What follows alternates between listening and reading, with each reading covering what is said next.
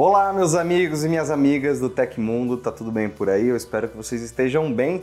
Então, vamos começar a semana acompanhando as principais notícias do dia. Pilotos ucranianos adotam estratégias da Guerra Fria contra a Rússia. O WhatsApp prepara suporte para múltiplas contas no iPhone. Mudança na faixa de 6 GHz gera crise entre provedores e Anatel e pode afetar o Wi-Fi. Boa noite e bem-vindos ao Hoje no Tecmundo, seu resumo diário de tecnologia. Eu te vejo depois da vinheta.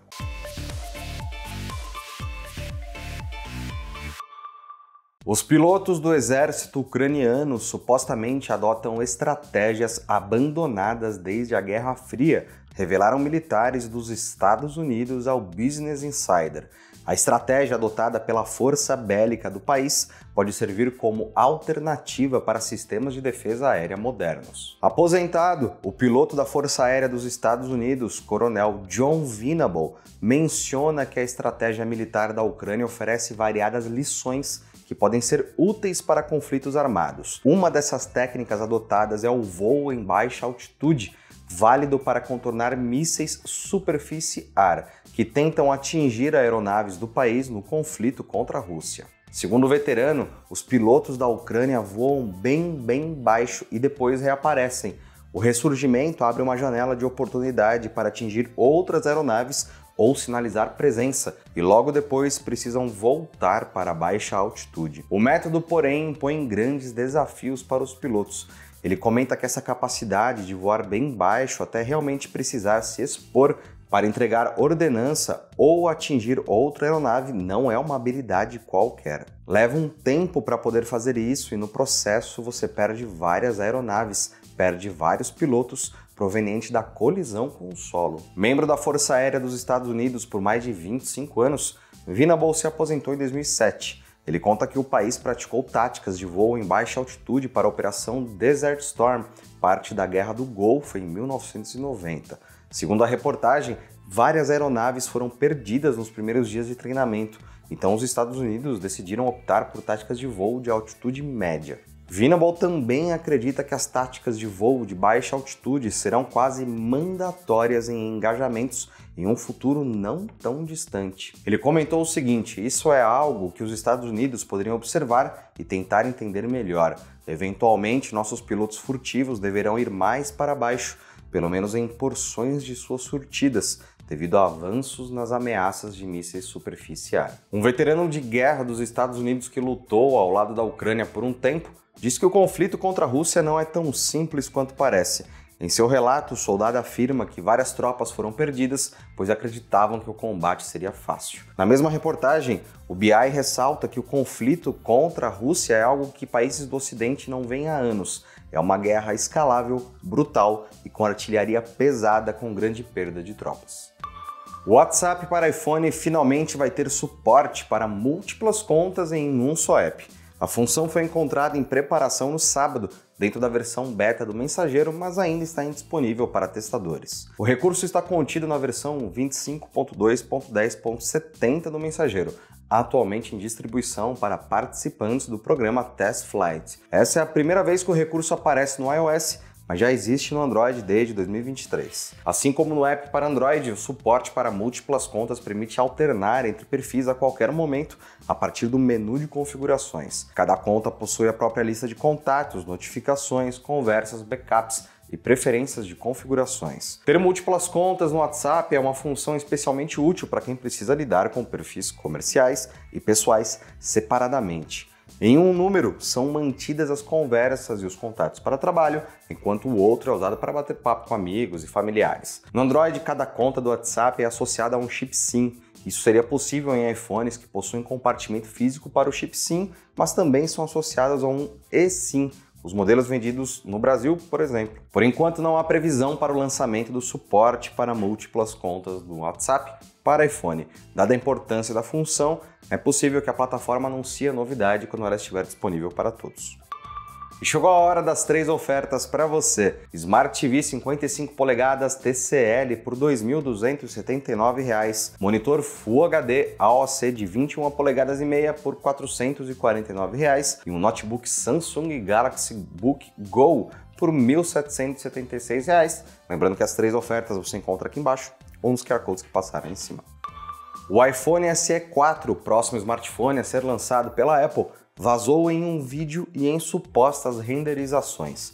Os materiais praticamente confirmam o visual e algumas das principais características do celular de menor potência e custo da maçã. O principal vazamento da vez é um vídeo de poucos segundos de duração que mostra o aparelho tanto de frente quanto pela traseira. Ele foi revelado pelo especialista em vazamentos Majin Buu, que costuma divulgar esse tipo de conteúdo lá no X. O modelo possivelmente é o que chamamos de dummy, uma versão provisória do celular que pode ser usada para testes de fabricação ou desempenho, sem ser comercializado naquele exato formato. Até por isso, o dispositivo não aparece ligado no clipe e nem traz a logo da Apple na parte de trás. O vídeo ainda confirma uma mudança importante em relação às especulações anteriores do dispositivo.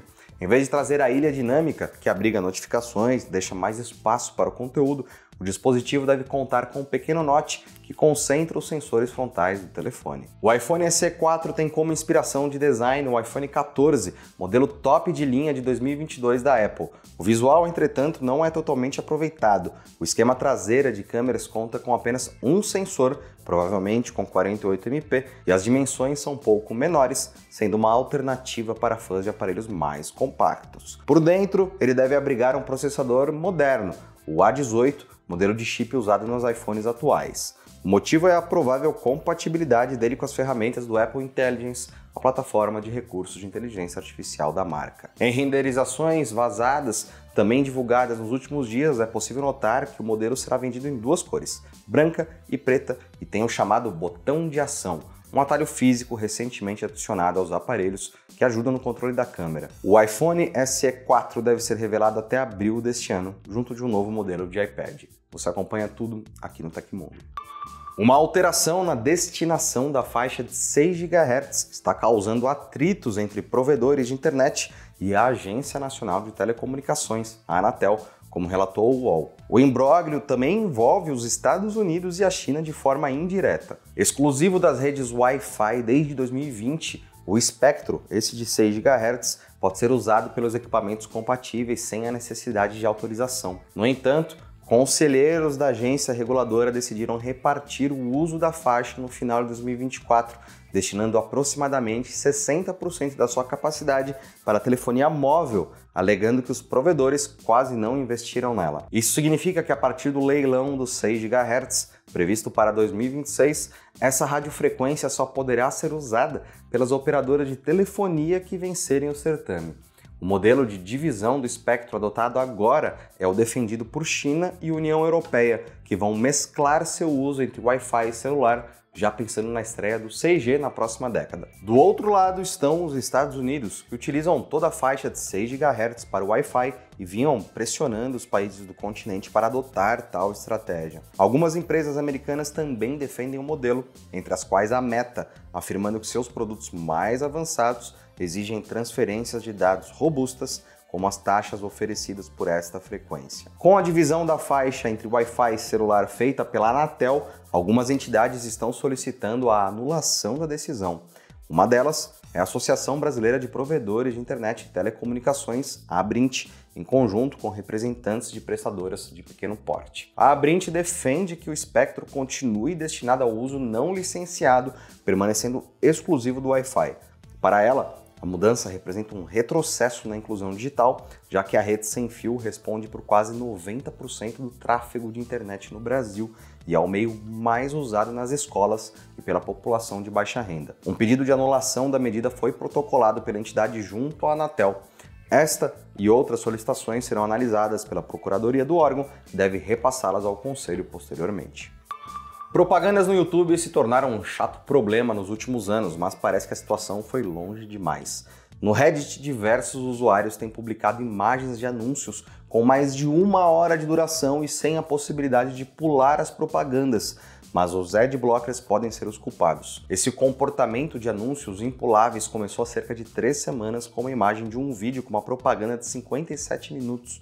Depois, outros perfis da rede social começaram a divulgar suas estranhas experiências, incluindo uma propaganda absurda com quase 3 horas de duração que não mostra qualquer opção para pular esse conteúdo. Isso levou diversos usuários a reclamarem sobre as políticas do YouTube, uma vez que o número de propagandas aumentou muito nos últimos anos. A situação na plataforma de vídeos ficou tão insustentável que levou muitas pessoas a assinarem o YouTube Premium, que é livre de anúncios. Logo após essas imagens viralizarem, olhos mais atentos começaram a notar um padrão que se repete em certas publicações. Ao se atentar na imagem com a propaganda de 3 horas, é possível perceber um botão azul escrito Skipping Ads, ou pulando propagandas, no canto inferior esquerdo, que provavelmente se trata de um ad blocker, um bloqueador de anúncios. Assim, a hipótese mais palatável é que usuários com ad blockers estão sendo identificados pelo algoritmo do YouTube e a plataforma aplica um tipo de penitência. Como os bloqueadores pulam os anúncios automaticamente e às vezes sequer os exibem,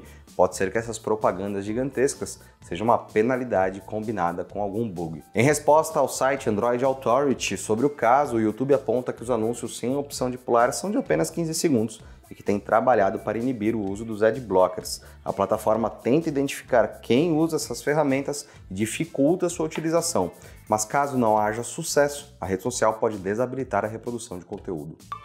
E aconteceu na história da tecnologia. Em 27 de dezembro de 1999, o fundador da Amazon, Jeff Bezos, foi eleito personalidade do ano lá nos Estados Unidos pela revista Time. Já deixou seu like, escreveu um comentário e compartilhou hoje no Tecmundo para todo mundo que podia? Então bora lá! Muito obrigado por todo o apoio sempre. Todos os links que eu mencionei no programa estão no comentário fixado e descrição do episódio. E essas foram as notícias do Hoje no Tecmundo dessa segunda-feira. O nosso programa vai ao ar de segunda a sexta, sempre às 19 horas. Aqui quem fala é o Felipe Paião e você me encontra lá no X pelo @Felipe Paião. Amanhã voltamos com mais. Um grande abraço e tchau, tchau.